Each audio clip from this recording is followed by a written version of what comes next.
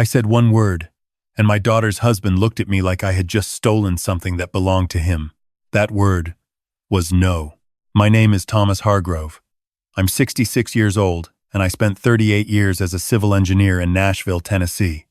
I built bridges, drainage systems, overpasses, infrastructure that most people drive over without a second thought. I was good at my work because I understood a fundamental truth. A structure is only as strong as what it's built on. You cannot pour concrete over soft ground and expect it to hold. I thought I understood my daughter.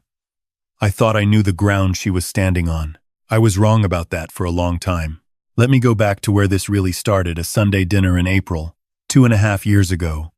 My daughter Claire had called earlier that week and asked if she and her husband could come over. She said they had something exciting to share. I told her, of course. I had been cooking a pot roast since noon, Eleanor's recipe. My wife had been gone 4 years by then, but I still made her pot roast on Sundays. Some habits aren't habits. They're just the shape grief takes when it has nowhere else to go. Claire arrived first. She was 34, my only child, and she had her mother's eyes, dark brown and quick, always reading a room before she walked fully into it. She hugged me in the kitchen and said the pot roast smelled amazing.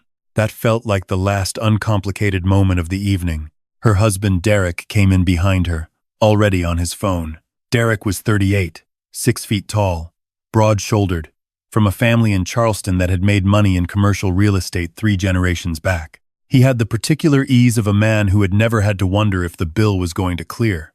He shook my hand without looking up from his screen, said, "Thomas," and walked past me into the living room. We sat down to eat. I poured wine.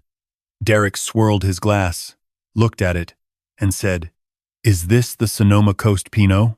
I thought you liked the Willamette Valley better." It wasn't a question. It was a correction disguised as curiosity. I had noticed he did that often. After dinner, Claire looked at Derek. Derek set down his fork and leaned back in his chair with the relaxed confidence of someone about to present a business proposal he already assumed would be approved.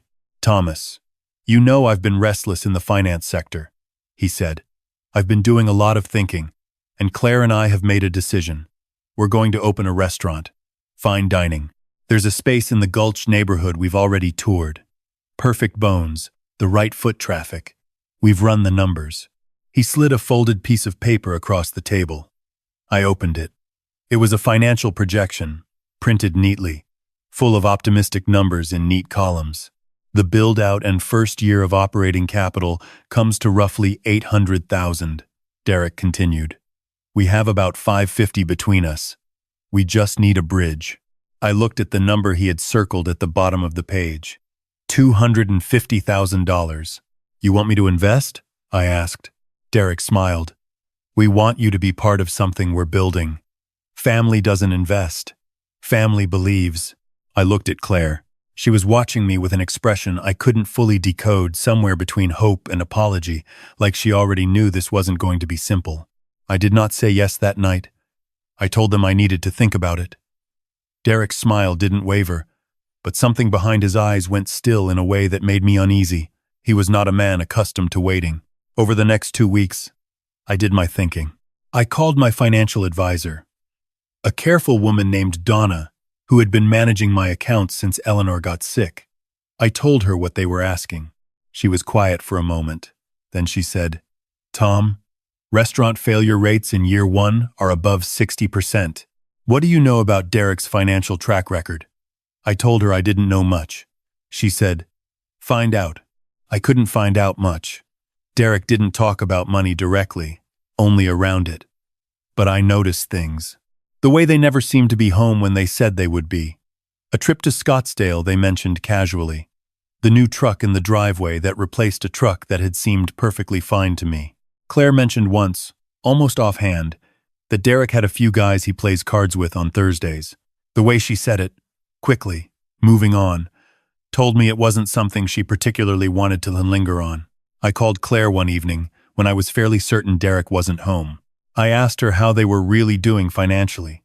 She hesitated. She said they were fine. She said Derek was really committed to this. She said, "Dad, I know you have the money. You've told me what you've saved. I know you've done well. That stopped me. I had told her. Over the years, in moments of openness, I had told her roughly where I stood financially. I had wanted her to know she was not going to be left worrying about me. I had wanted her to feel secure. I had not considered that someone else might be listening and calculating. I called Derek the next morning and told him I wasn't going to do it. He was quiet for 4 seconds.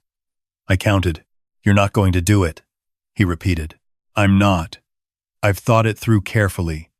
I love Claire, and I want to support her. But this isn't the right vehicle for my support. Thomas." His voice had changed. The easy confidence was gone, and something harder had replaced it. "You told Claire you had close to $2 million saved. We're asking for $250. That's not a sacrifice for you. That's rounding. That money is my retirement. It is not rounding. You want to know what I think?" He didn't wait for an answer. "I think you've spent so long being careful that you've forgotten what it means to be generous. Eleanor would have helped us. You know she would have." I set the phone down on the counter and stood there for a moment with my hand pressed flat against the granite. I picked it back up. "Do not bring Eleanor into this conversation," I said. "And the answer is still no." He hung up. For 3 weeks, Claire didn't call. I left 2 messages. Neither was returned. I drove past their house once on a Saturday morning, on the pretense of running an errand nearby, and I saw Derek's truck in the driveway and a luxury SUV I didn't recognize parked beside it. I drove on. Then the letter arrived. It was a Tuesday morning. I was eating breakfast, reading the paper the old-fashioned way because Eleanor had always done it that way and I hadn't been able to stop. The envelope had a law firm name in the upper left corner. Brennan, Cole, and Whitfield. I noticed the last name. I opened it. They were suing me for $500,000. The claim, as laid out in 12 dense pages, was this: that over multiple years, I had made repeated verbal representations to my daughter that I intended to support her financially in any significant life endeavor, that I had specifically, on at least 3 occasions, told her that my savings were for the family, that my refusal to provide the agreed-upon capital for their business constituted a breach of an oral contract, and that my sudden withdrawal had caused measurable financial and emotional harm, including the loss of a secured lease on the Gulch property. I sat at that kitchen table for a long time. Then I called Bill Chambers. Bill had been my lawyer for 22 years, since Eleanor and I bought the land the house sits on. He had written our wills. He had helped me navigate Eleanor's estate when she died. He was the kind of lawyer who answered his own phone. I read him the letter. He said, "Tom," just my name. The way he said it told me he understood what this was, and that he was sorry for it. "Can they win?" I asked. "It's a long shot. Oral contracts of this nature are difficult to prove, and general statements about savings are not enforceable promises. But they can make your life miserable getting to the verdict. What's your paper trail look like?" I never promised them anything in writing. Not once. Good. Let me handle it. The legal process that followed was one of the strangest experiences of my life. Not because of the complexity, though it was complex, but because every step of it required me to look at evidence of my own life: bank records, tax returns, phone records, holiday cards I had written, and see it filtered through a version of events designed to make me look like a man who had deceived his own daughter. Derek's lawyer was a man named Curtis Finn, aggressive and theatrical, the kind of attorney who treated every deposition like an audition. During my deposition, he leaned across the table and asked me, "Mr. Hargrove, isn't it true that at your daughter's wedding rehearsal dinner, you stood up and toasted to Claire and Derek's future and said, and I quote, 'Whatever you two need, I'm here'?" I looked at him, quote. "I said that, yes. And you don't consider that a promise of financial support?" "I consider it what it was. A father toasting at his daughter's wedding. Convenient interpretation. It's the only honest one," Bill objected. Curtis moved on. What we discovered during discovery was more telling than anything I said in that room. Bill's paralegal, a meticulous young woman named Anna, had been pulling Derek's financial records as part of our counter-filing.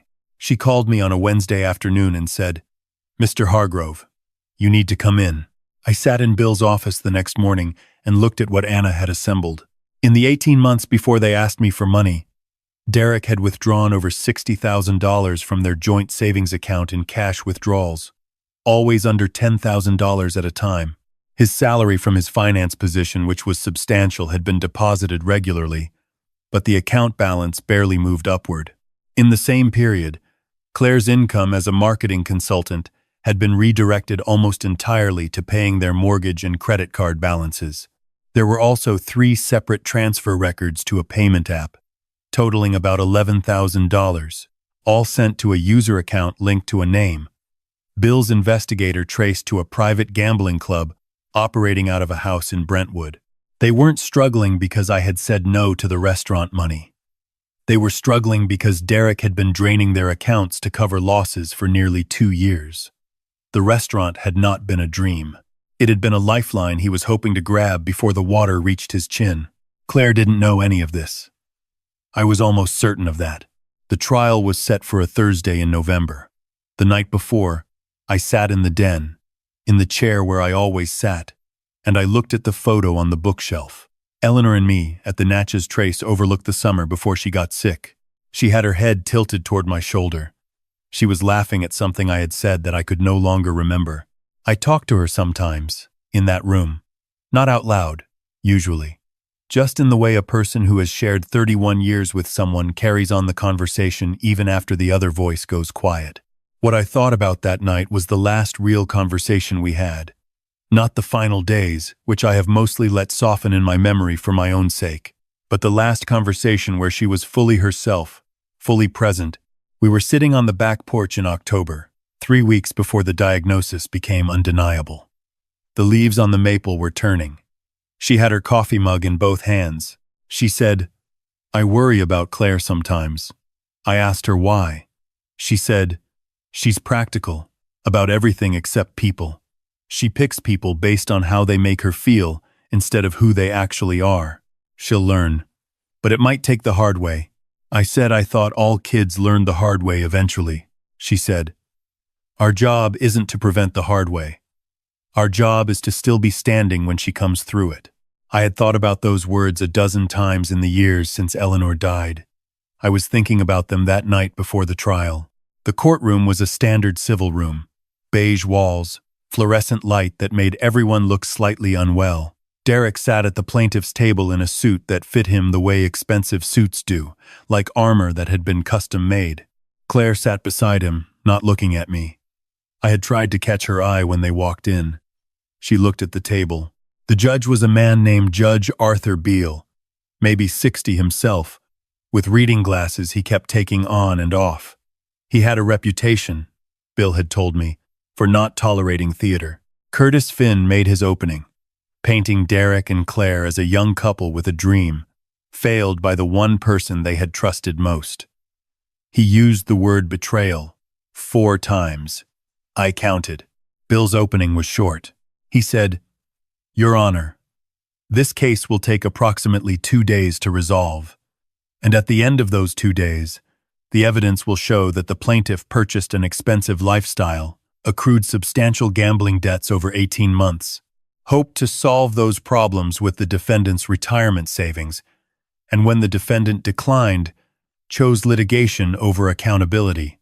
We will also show that the plaintiff had significantly misrepresented his financial situation to his own wife, who is the defendant's daughter, and who we believe had no knowledge of the true purpose behind this lawsuit." Claire looked up then. For the first time, she looked at Bill, and then she looked at me, and I saw something shift in her face that I couldn't name yet. The next 2 days were difficult in a way that is hard to explain, not because of what was said about me, though that was not pleasant, but because of what emerged about Derek. The financial records, the cash withdrawals, the gambling transfers. Anna had organized everything cleanly, and Bill walked through it methodically. When the records showing the gambling payments were introduced, Derek's composure finally cracked. He shifted in his seat. He looked at Curtis, who was writing something on a notepad with unusual intensity. Claire went very still. She had not known.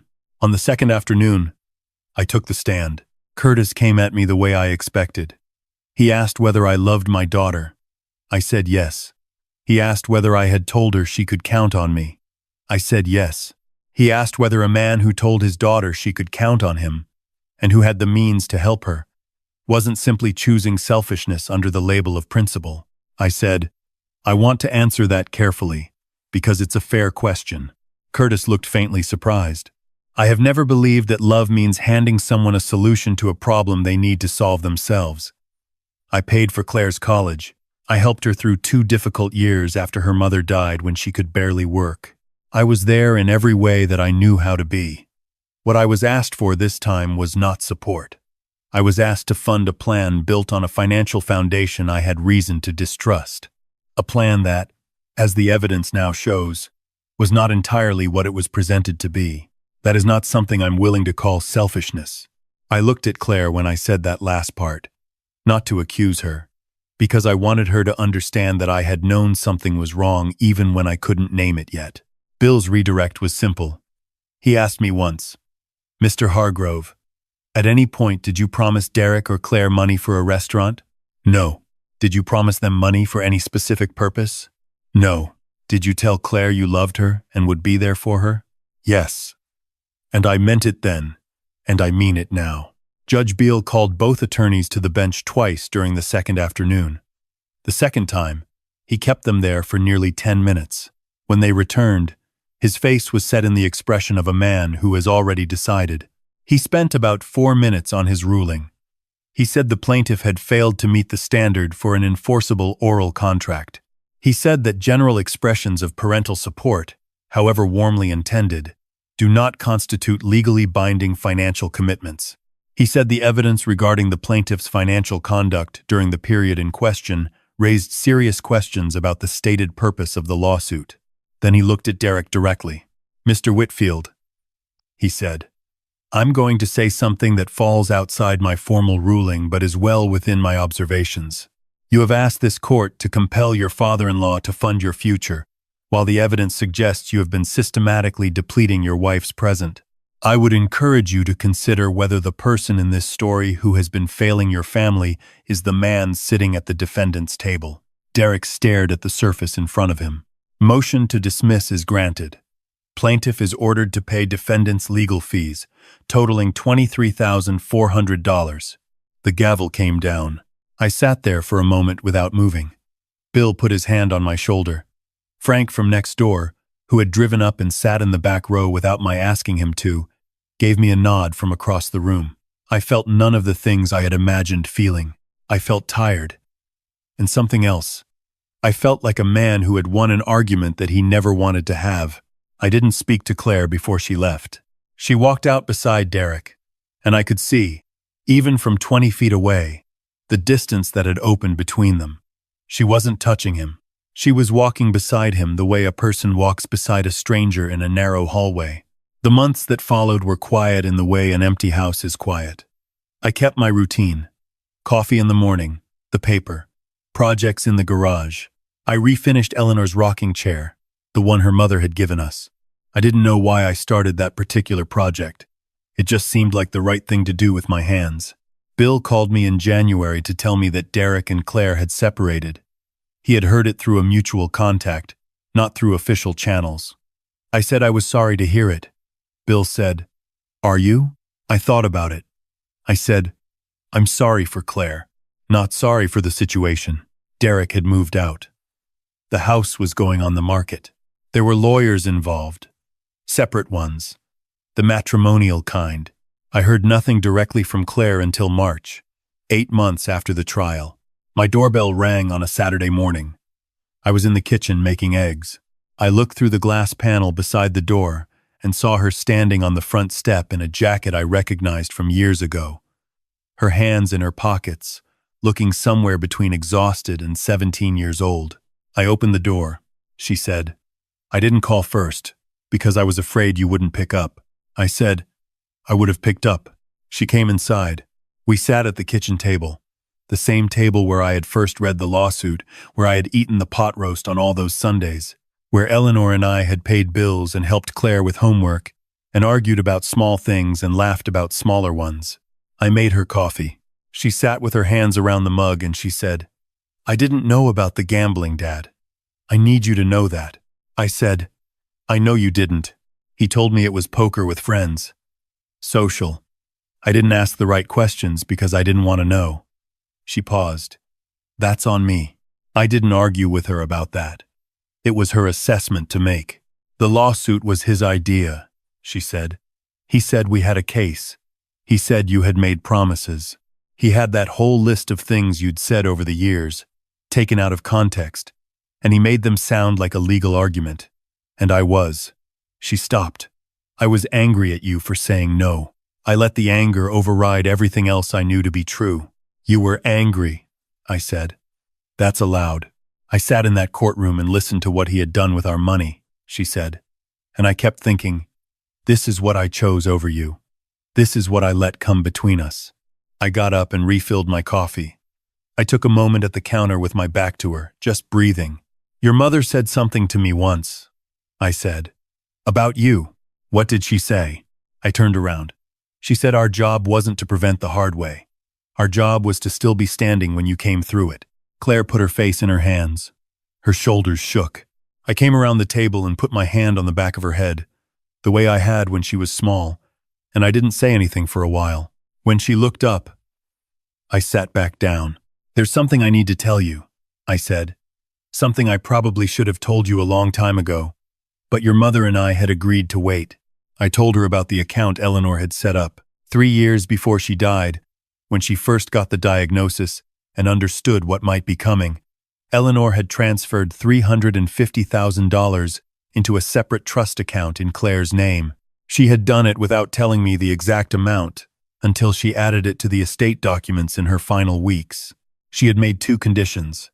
Claire would have access at age 40, and only if there had been no significant legal judgment against her or any member of her immediate household, and only if she and I were, in Eleanor's words, on speaking terms that are genuinely good. Claire stared at me. She wrote that clause herself, I said. The speaking terms part. She was particular about the word genuinely. She knew, Claire said quietly.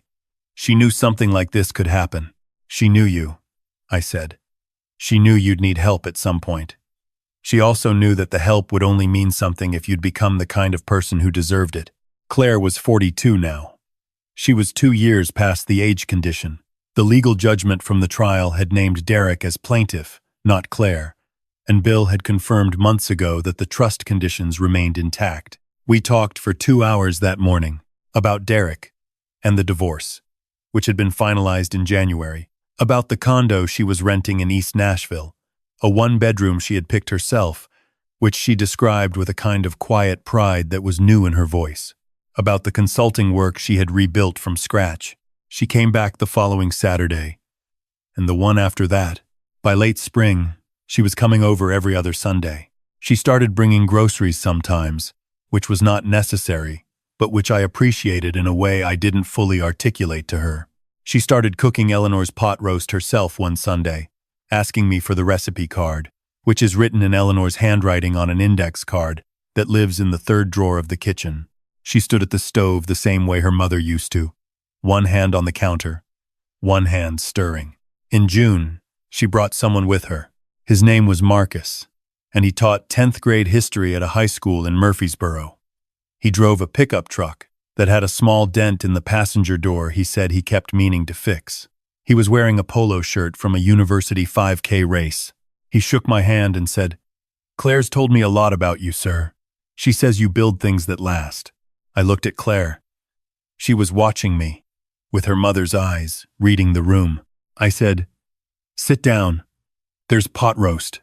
We ate at the kitchen table. Marcus asked about my engineering work with the kind of genuine curiosity that can't be faked. He asked about the bridges. He said he had his students do a unit on infrastructure every year because he believed you couldn't understand a community without understanding what kept it together. I told him I agreed with that completely. After dinner, Claire and I stood on the back porch, while Marcus helped clear the table without being asked. "He teaches school," I said. "He does," she said. "That's a hard job. He loves it." We stood there looking at the maple tree. The leaves were just starting to come in. "Mom would have liked him," Claire said. I thought about that. I thought about Eleanor at the Overlook, laughing at something I couldn't remember. I thought about her on the porch in October with her coffee mug, saying our job was to still be standing. Yes, I said. She would have. I have been thinking lately about what I said on the witness stand. When Bill asked me why I had refused, I said it wasn't support, it was enabling. I believed that when I said it. I still do. But I have also been thinking about what Derek said. That moment when he said Eleanor would have helped them. He was trying to weaponize my grief. And I knew that, and I let it go in the moment. But the truth is more complicated than his version, and more complicated than mine. Eleanor would not have given them the money. I know that, because I knew her. She was the one who insisted Claire pay off her own student loans rather than letting us cover them after graduation, because she said the satisfaction of finishing something yourself was worth more than the convenience of having it done for you. She would have sat at that table and listened to Derek's proposal and asked hard questions about the numbers, and when she found the soft places in the foundation, she would have said no clearly and without apology. But she also would have kept calling. She would have kept the door open. She would not have let the silence last 8 months. That part, the keeping the door open, I did not do as well as I should have. I could have called more. I could have driven past less like a man on a pretense and more like a father who was still there. I told myself I was waiting for Claire to be ready, and she needed to be ready. But I could have let her know, more clearly, that I was not going anywhere while she got there. I do not say that to diminish what happened or to suggest I was wrong to say no. I would say no again, 10 times, in the same circumstances. A foundation built on someone else's sacrifice will not hold. I spent 38 years watching what happens to structures built on assumptions, and I have seen enough failures to know the pattern before the cracks appear.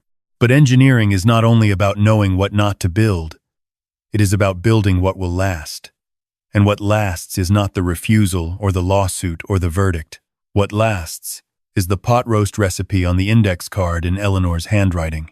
The Saturday mornings with coffee. The daughter standing at my stove learning to make something her mother used to make. The man from Murfreesboro with the dented truck who asked about bridges. I am Thomas Hargrove. I am 66 years old and I am a retired civil engineer and I am a father. And the most important structure I have ever worked on is still under construction. It does not have mountain views or Italian marble or a wine cellar. It has a kitchen table and a maple tree and 2 people who keep showing up. Showing up is the whole foundation. Everything else is finishing work.